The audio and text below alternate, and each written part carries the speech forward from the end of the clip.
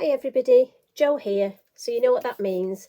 Grab yourself a brew and that cheeky biscuit. And yes, I know I've had a few emails asking me what a cheeky biscuit is. Well, it's one of those little snacks that if you're trying to be careful what you're eating, it's whatever you fancy. And you know what? It's cheeky because you're going to enjoy it.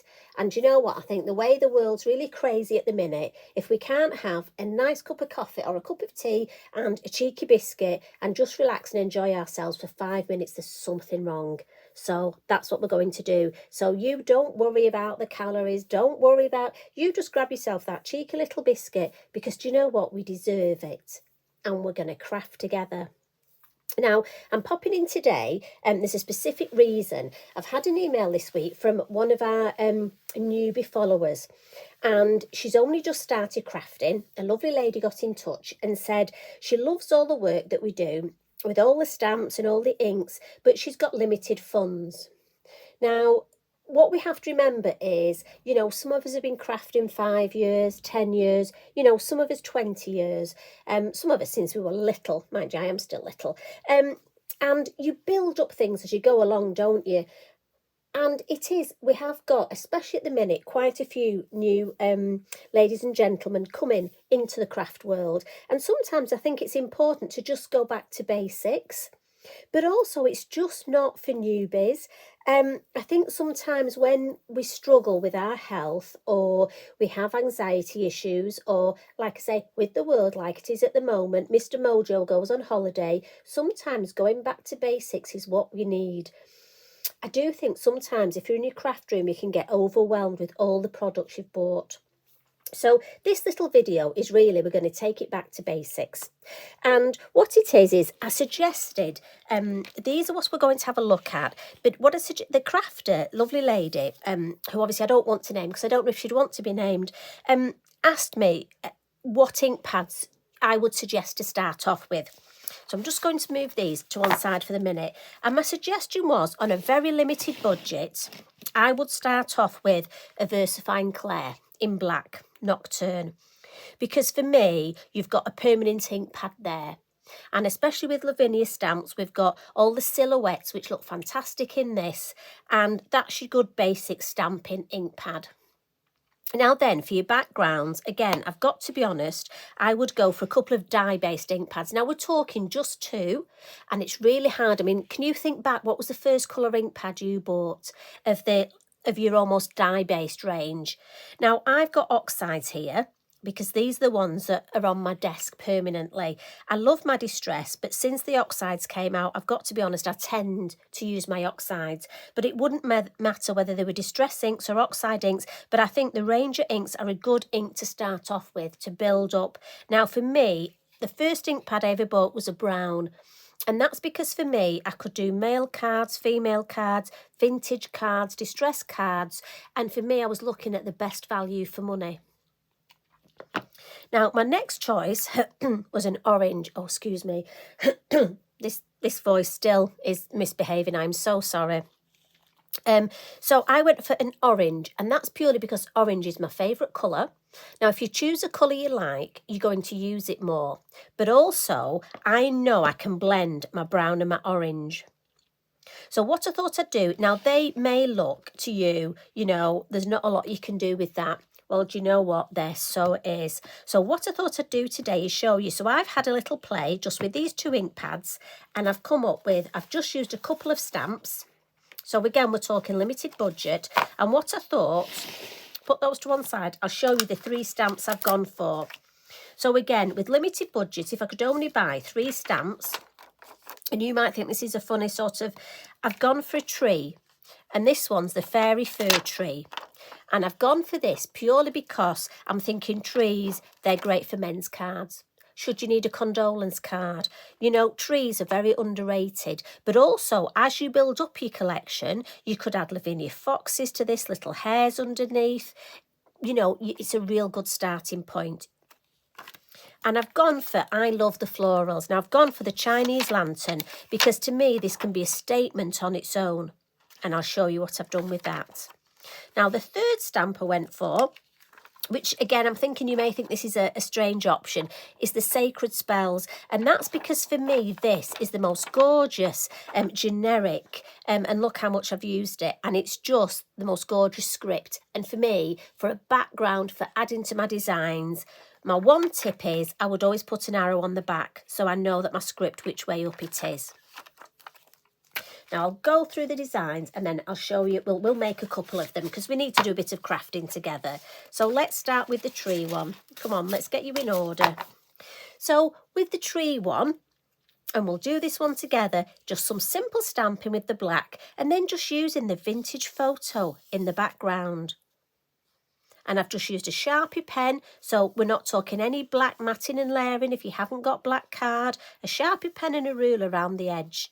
And you can create that design. As I say, and as you build up, you can add sentiments in there, you can add some little bunnies, like I say, but the basis of that design is just purely that black ink and the brown ink. Now, I then went on and I thought I'll have a go at blending. So this one, I've purely, onto my card, put some orange and the brown, blended them together, flipped some water, and repeat stamp that tree. And again, look what a difference.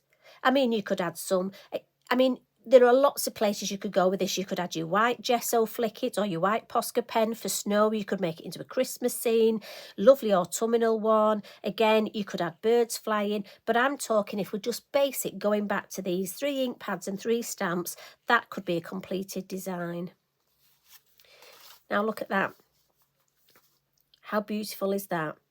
And that is just purely some stamping and some lovely stamping in the background. And for me, that is so classy. And for me, that wouldn't even need a sentiment. And I would batch make those. And then that for me could be a birthday card, a get well card. Those Chinese lanterns are just adorable. And then if I can separate it, there we go. And then the next one, same stamp, but this time we've brought in more blending with the inks. But all those 4 have only used the 3 ink pads, and there's so much more you can do. I mean, again, you can put your ink pad on your acrylic block and just put the 2 together to make a background. Tons and tons of ideas. So I'm thinking, let's quickly, I'll demo this one. So again, anybody starting off, now I'm just using a nice white card, and to save money, so you can buy stamping mats, but I've just got a couple of craft magazines and some copy paper. So like I say, we're right at that bare beginning. It is worth buying a good card, one with a low chalk content. So multifarious or clarity stencil card, or pink frog card, or depending where you live, find a good quality white card to stamp on. Don't know where my mind was going then. Now, remember with your Lavinia stamps, you've got your printed acetate. So I'm thinking, look, the tree can go there. Now, for me, I tend not to stamp in the middle just because it almost looks wrong to me. It has to be dead in the middle. So I tend to just go off centre. So we'll just, and this is with your black ink pad. Now, I reckon, I mean, I just picked these couple of stamps out, but, I reckon I could make quite a few designs just with these couple of colours. Now, it might be oranges and browns aren't your choice and you're starting off. Maybe you like green, so maybe get a green and a blue. Just think of, you can always add as you're going along and as you see things. But like I say, I just want to prove to you that just starting with these couple of colours, you can do an awful lot. Now I'm using my All and Create block here. And again, the tree, I want to make sure this middle bit here, so I can just flex it a little bit. And then we'll lift it off, there we go. Now that has just stamped beautifully, hasn't it? Now, your VersaFine is a slower drying ink, so just give it a bit of a blot. And then that way we won't smudge it. Now, look at that. There's so much you can do with, we can go clean and simple, we can go grungy. But I'm thinking, let's just add some scenery. Now, You can buy moon masks, but again, I'm going back for the basic, what we can do at home. So this is a piece of acetate cut out, and this one's 6.5 centimetre circle.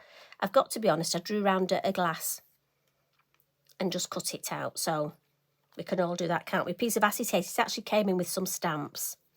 So to create our moon, we're just going to take the brown. Now I'm using smoothies today.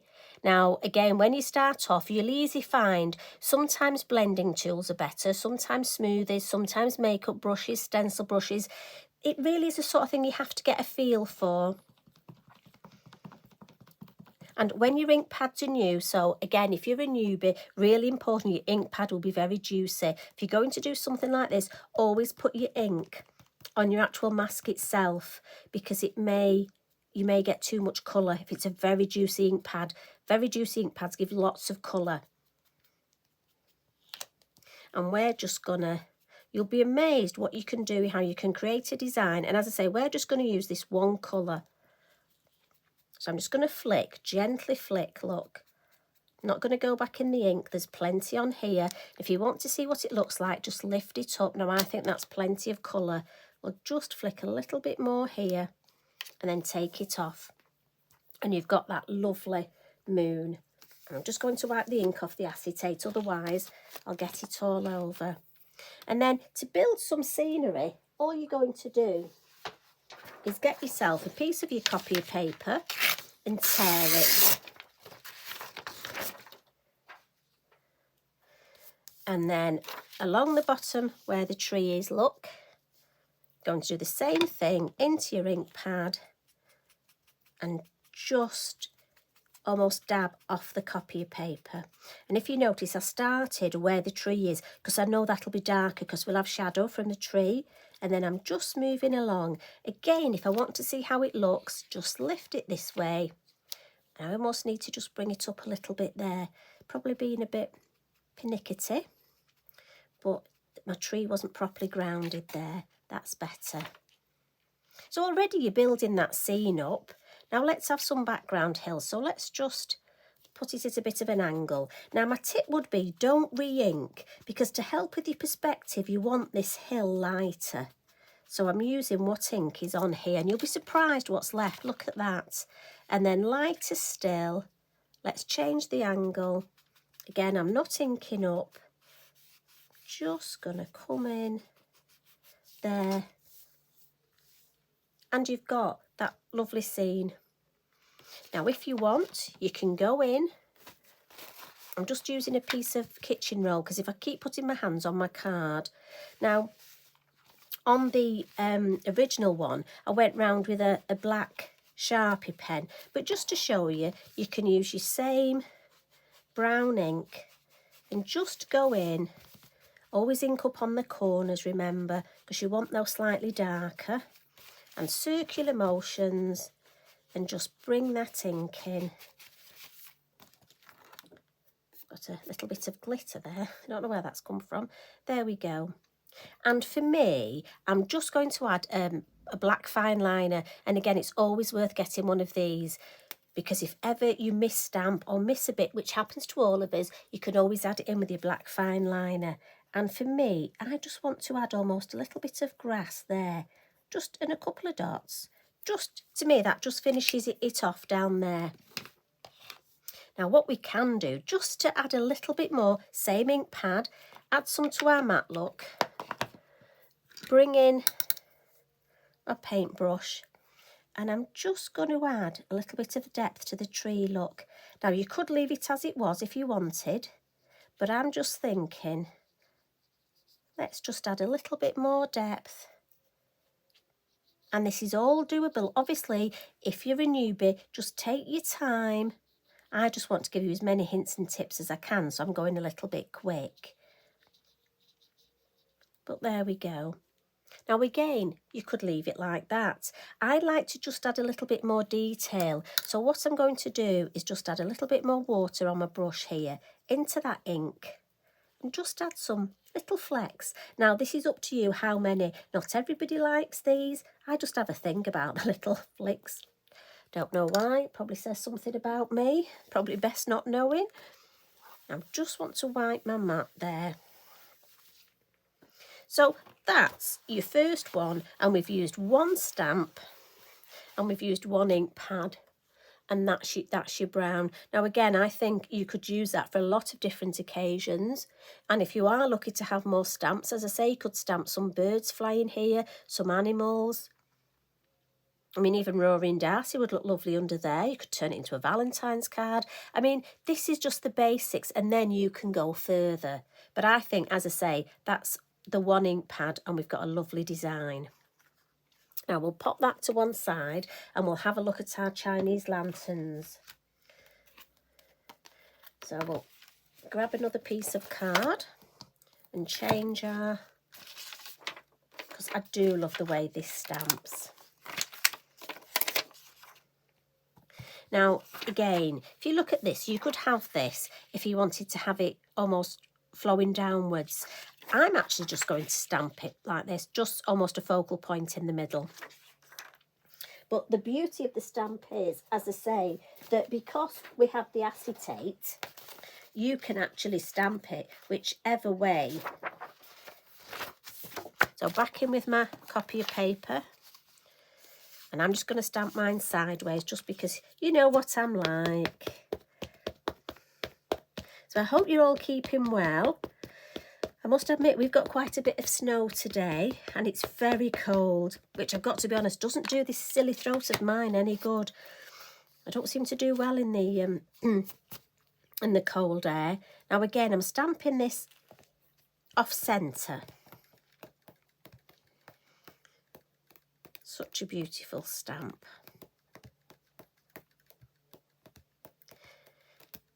Now you don't have to leave the ink that much to soak in. It's not a silhouette. With the silhouettes, you better just leave it a few more seconds, but I think we'll be okay with this. Again, let's lift it up. Look at that. So beautiful. But once again, I'll just blot that. And then we don't smudge it. You know, again, if you're starting off, there's nothing wrong with black and white. I mean, to me, you could edge this with black. I mean, if I just... Right, grab a piece of black card. Look. And if you just put a sentiment there, I do think black and white is underrated. But we're just going to add a little bit of colour because, like I say, so I'm thinking we'll bring in the orange. And, of course, this is a perfect stamp for me with it having the orange. I'm just going to add a little bit of brown as well. And with your dye-based inks, remember, they're wonderful for watercolour. And because we're stamped with a permanent ink, that means it will be permanent and won't move. So I've just added a little bit of brown and a little bit of the orange there. And I'm very quickly going to paint this now. Again, you would take longer and you would take your time. I just want to give you that little bit of the idea of what to do. Now, I've not embossed it or anything. You could emboss with clear embossing powder and that would make it easy to paint. But as I say, this is for our new crafter who's only got limited supplies.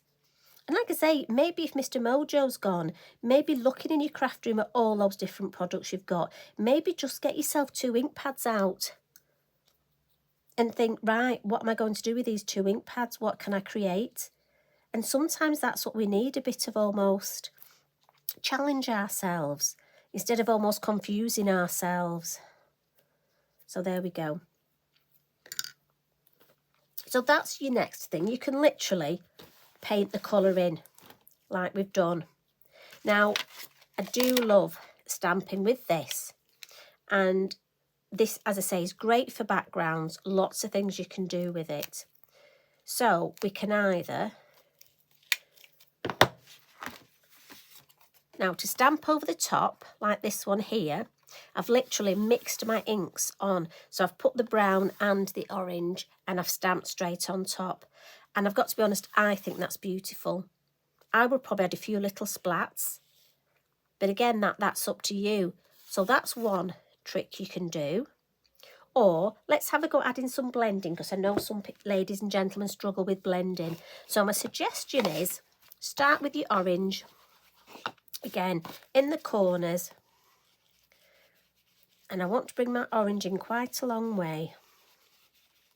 And I almost want to mirror, so I've got a white halo around the shape of my stamp. And like I've said before, I'm always inking up on the corners, so the corners are deeper. Now this side I don't want to go too close. I want to keep that white halo. And don't be too hung up about your blending. You're just getting some ink on there, look. Now again, you could leave it like that if you want, but we're just going to add a little bit of brown ink just round the very edge. I think it'll just frame it a little bit better. So I'm not coming in as far this time, still inking up on the corners. And with this, you can always add it. My advice would be literally just go to the corners. And then if you want to add some more brown, you can. But almost just catch the edge all the way around. You see how it frames it? And then what we're going to do this time is use our stamp, but almost make a frame with it. And this is where it's handy having the cross on, so we know which way up it is. Now I'm only lightly putting the ink on, and I'm just going to put one in the corner there, and I'm not pressing very hard because I almost want it partly on, partly off. I don't want it to be perfect stamping. And I'm just going to work my way around, and this is where you have to remember to turn your ink pad. Oh, we didn't get any there. So much for part of it. I pressed so lightly I didn't get any.